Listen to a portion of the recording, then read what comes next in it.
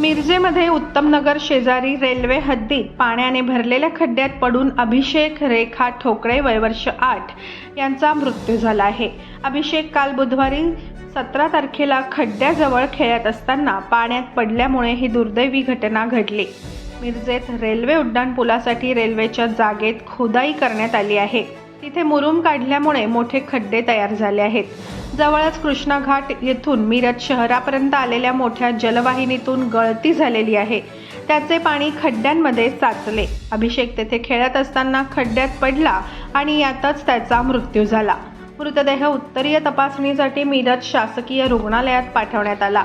अभिषेकच्या मृत्यूस railway प्रशासन व ठेकेदार जबाबदार असल्याचा आरोप नातेवाईकांनी केला आहे।